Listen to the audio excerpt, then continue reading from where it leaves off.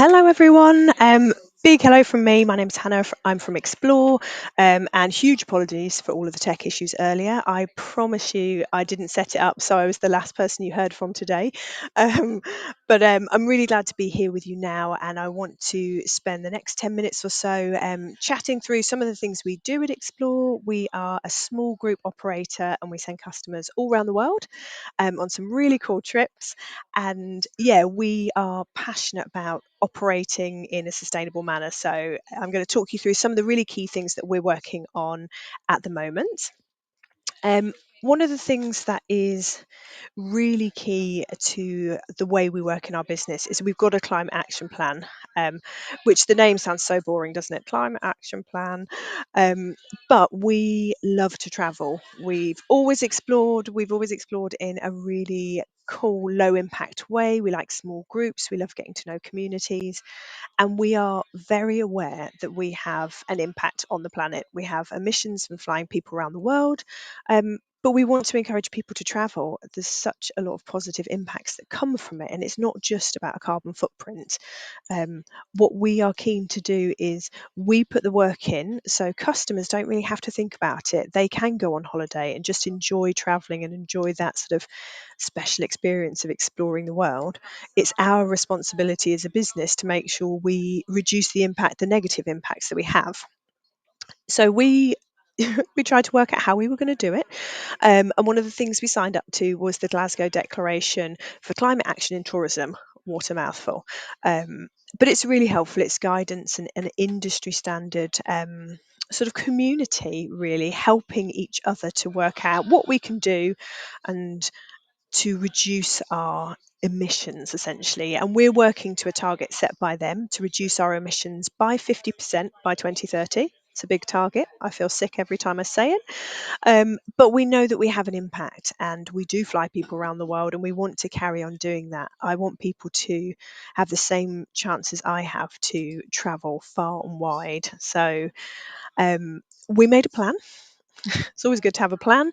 And it was a plan in a specific order. So, measure was the first part of what we did. Um, we sat down with a lot of coffee um, and realised that actually we didn't have the knowledge in house to accurately measure our carbon footprint. The science behind some of the calculations is big, and we were lucky enough to be supported from our big bosses to employ a carbon consultant.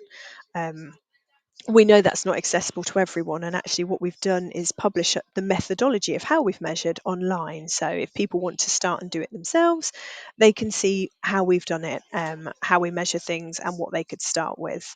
And once we had that measurement, we knew where we were starting from, so we know where we're trying to get to reduce by 50% by 2030. Until we'd measured, we had no idea. um, it's a big number. Sometimes when you look at it, you think, oh my goodness, how are we going to do that?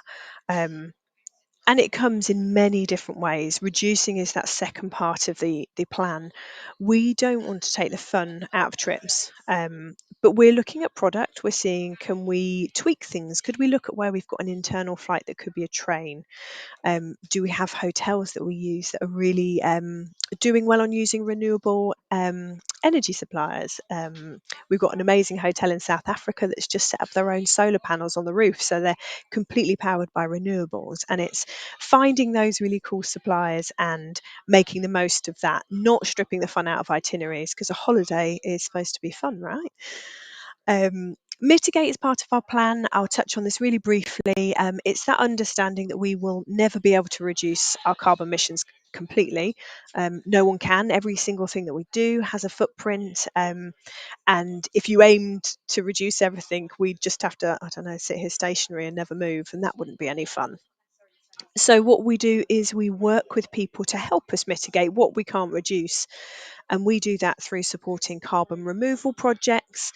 So that's in a technical way, sucking carbon out of the atmosphere, so carbon that's already up there, and storing it somehow. And we work with a partner called Climate to do that. We also work with a fantastic partner, Rewilding Britain, who support landowners who want to embrace a bit of the more natural landscape on their land. So that could help biodiversity. It creates a wildlife corridor. It's things that we can do positively to sort of help the climate recover through natural methods. So we focus on mitigating, but the big focus is on reducing. And then the fourth step of the plan probably sounds really silly, but communicate is one of the biggest things we need to make sure that we're doing. We know that your customers are asking for more sustainable travel options, and we need to share what we're doing. Um, we need to highlight the positives of what we're doing. I really don't like the word sustainability because it sounds really boring. It sounds like you're going to take the fun out of everything. But I think traveling in different ways, in smaller groups, using trains rather than flying, or trains rather than just being on a coach with the group you're traveling with, taking longer in a destination. So you might see more of a smaller place. You might not tick off as many destinations, but you really connect with them. It's a really enjoyable way to travel. So it doesn't mean traveling low impact doesn't mean having less fun. But the key part of communication, in my opinion, is we have to let customers know that it's our responsibility. They can book with us and we're working on this stuff in the background. They just have to decide where they want to go on holiday and go away and really enjoy it. We need to be providing sustainable travel. They just need to see it's travel. Where do they want to travel next and go off and enjoy it? I kind of feel like s- sustainable travel should be it. It should be travel. Um, it's really innate to explore. We've got a fantastic product team that have most of them have been here for ages, and they're the ones that ensure our itineraries are considering sustainability as well as having a great holiday. Um, and it's not that word sustainable. They don't look and think, oh goodness, I need to make sure I've calculated every carbon emission before I start creating this holiday. They look and they say, well, how am I going to explore the destination in the best possible way? And then we give them some guidelines to say, actually, you've looked at this, is there a lower carbon way of doing it? The activities that we focus on, um, we love walking tours, we love cycling holidays. It doesn't necessarily mean a hardcore tough trek, but we've got, for example, a walking tour in Marrakesh that's one of the best ways to really meet the locals as you're walking around the markets, snack on all of the great foods that you're going to get to see. It's just a really lovely way to get you closer to your destination. We really love bringing in community led experiences that help customers, again, meet people and talk to people during their trip. We try and build them into the itinerary so it doesn't feel like you're just going to something and you've got this sort of isolated experience. One of the pictures on this slide is Cafe Kabale, and I love this initiative. It's a cafe in Uganda that supports um, local young people from local communities. And it trains them up in food hygiene skills, hospitality, confidence building, working with the public. And then, if they want to go on to work in the tourist industry, and there's a lot of tourism surrounding the gorillas in Uganda, they've got some work experience, they've got something they can really build on. But for our customers, they are going to this great cafe, they're having a coffee or a cup of tea and a snack and a cake there, and then they're going off on their walk to look for gorillas and chimps. So they just see it as they're stopping at this great little cafe. It's not manufactured. It's just a great part of the trip. And we do lots of other things when we're creating the trips. So we try and work so we reduce the waste. We try really hard to empower women on our trips. So working with local guides and local tour leaders that are women and perhaps need a little bit of extra support to be able to get into the industry. There are some destinations we work with that are heavily male dominated. So it's up to us to really encourage and say, well, what do you need to be able to get in that role? Um, so it's a really sort of holistic approach to it. And we know that by doing these things, customers have a great time. And we want everyone to have a great time on our holidays. So, one of the other things we talk to our customers about is we have an animal protection policy. We think that everyone needs to enjoy our holidays. They need to enjoy travel. So that's our customers, your customers, the communities and the destinations, but also the wildlife in the destinations. It brings us so much enjoyment. I'm a huge animal lover, and we want it to be free and natural and as wild as possible. It's really easy to get overexcited on a holiday. I've travelled plenty in the past and done things now. I'm like, oh, I've ridden on elephants. I've seen things. I've seen snake charmers when I've been in India, and you come back and you think, oh, if I saw that in the UK, perhaps I would think a bit differently. We understand people are in exotic destinations, so again, we want to make sure that we do the hard work so the customers don't have to. We have an animal protection policy that we've created with wildlife experts, a company called Animondial and a charity called Wild Welfare. And we also use the ABTA Wildlife Guidelines. And it's something that we share with our customers on our website so everyone can see before they go. And all of our tour leaders are trained on this. We give them simple training and we've built this traffic light system so they don't have to carry around a big, heavy policy book when they go away because that's boring, isn't it? But we give them this easy guidance that they can look and experience and say, is this right? Green are wild experiences, safaris, game drives, snorkeling, bird watching walks where the nature's completely free and we're just watching and enjoying it. Amber experiences are things that we want to take a little bit more notice of before we include them in a trip. So that might be a working animal, using a mule as a porter, or a horse ride or a camel ride on a trip, and also captive animals if we're going to a sanctuary.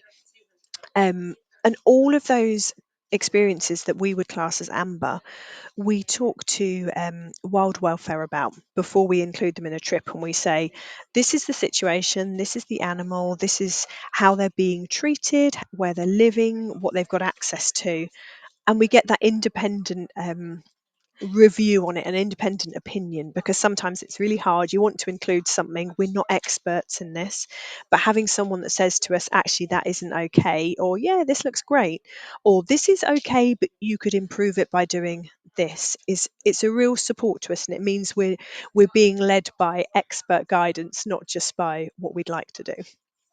And then we have the reds. The reds are really easy to define for us.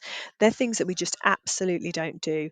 Animal performances, going to zoos, elephant rides, things that perhaps in the past people have done, and we've just learned to understand the impact, the negative impact that has on animals.